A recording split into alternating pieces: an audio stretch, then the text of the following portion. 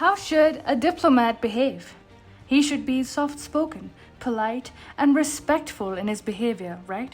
However, Xi Jinping has created an army of the most undiplomatic diplomats in the world. Xi Jinping's brand of wolf warrior diplomacy has created a pack of wolves in the Chinese foreign policy community. These wolves abuse other countries, make threats, and make fun of catastrophes inflicting death and misery in other parts of the world.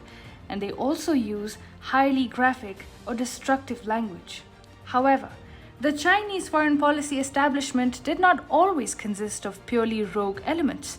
The old Chinese foreign policy was handled by the pandas, who behaved like a diplomat should behave. Now, the pandas are fighting the wolves and the wolves are hitting back. Who is going to win? We'll find out soon. Hi and welcome to TFI Global, the foreign affairs and geopolitical analysis arm of the TFI Media Group. I am your host Shubhangi, and in this video I will tell you that in China now, pandas and wolves are fighting, and we're not talking about animals. Let's begin. When you read the graphic language of serving Chinese diplomats, you will feel that China's foreign policy community is a homogeneous mixture of violent wolf warriors literally baying for the blood of their rivals. However, the Chinese foreign policy community isn't really a homogeneous mixture. Rather, it is a chaotic zoo in which proverbial wolves and pandas are fighting each other. We are talking about the old peace-loving Chinese diplomats, colloquially referred to as pandas, and the new age diplomats groomed by Chinese President Xi Jinping, referred to as wolf warriors. The pandas and the wolves are now fighting for a contentious issue: how China should narrate its story to the outside world. Wolves are in fact cracking down hard on the pandas, who speak publicly against the wolf warrior brand of diplomacy. The wolves in China's foreign policy establishment want to use graphic language, like calling Australia a bit like chewing gum stuck on the sole of China's shoes.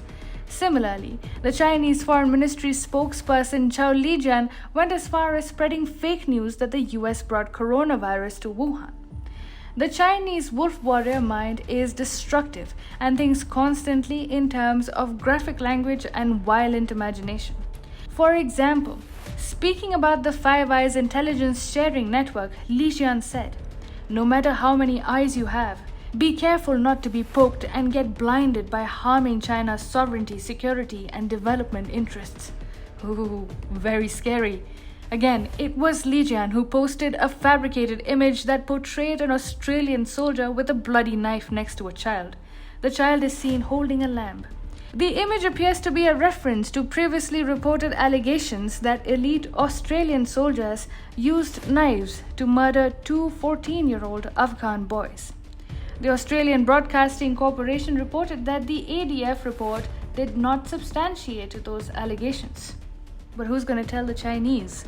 Even Chinese envoys often use undiplomatic and uncouth language. For example, China's Consul General to Rio de Janeiro, Li Yang, derided Justin Trudeau in a tweet, blaming him for ruining friendly relations between the two countries. In the tweet, the wolf warrior said, "Boy, your greatest achievement is to have ruined the friendly relations between China and Canada, and have turned Canada into a running dog of the US." Xi Jinping himself said that countries that dare to bully China will see their heads bashed bloody against the Great Wall of Steel forged by over 1.4 billion Chinese people. So you get a fair idea of how the wolves are driving Chinese diplomacy towards a confrontational and bellicose foreign policy. However, peace-loving pandas who have been marginalized in the Chinese foreign policy community by President Xi Jinping argue that wolf warrior diplomacy has neither allowed Beijing to communicate effectively with the rest of the world, nor has it helped repair China's damaged reputation. Hong Kong-based South China Morning Post has given the example of one such panda. Chu Yin, a professor at the University of International Relations and deputy director of the Center for China Globalization, speaking at a seminar in Beijing on July 14th, Chu warned against getting trapped in the temptation of mirroring internal propaganda in external publicity. Chu explained, "In the early days, we believed good English would help tell China's story. The professor of international relations added, "Now, we are able to use fluent and idiomatic English when telling China stories, but our foreign counterparts don't understand at all." Chu is right. Excessively violent language and graphic imagination does not help communicate Beijing's message effectively. In fact, it only instigates hostility and negative sentiments against China in a world that is already quite angry with China. In order to express his opinion against wolf warrior diplomacy, Chu has published many articles, which includes criticism of posts mocking India for its COVID-19 crisis.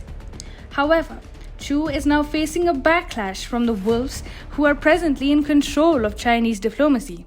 Chu's comments are getting deleted, and he himself received a warning from a higher level that the Chinese Foreign Ministry was dismayed by his remarks. One of his friends said, Chu simply expressed his worries. He wasn't aware that such normal comments would raise concern and even drag him into trouble. Meanwhile, Xi Jinping, who is not really a master diplomat, seems confused. The Chinese president is the one who oversaw the rise of wolf warrior diplomacy in the Chinese foreign policy calculus. However, in late May, Xi called on to come up with better international communication with a more credible, lovable, and respectable style. Xi's comments were probably based on the realization that China is getting completely isolated due to its wolf warrior diplomacy. However, the wolves aren't simply going to give way to panda diplomacy. They're making an example of Chu and indicating that pandas who try to challenge wolf warrior diplomacy will not go unnoticed.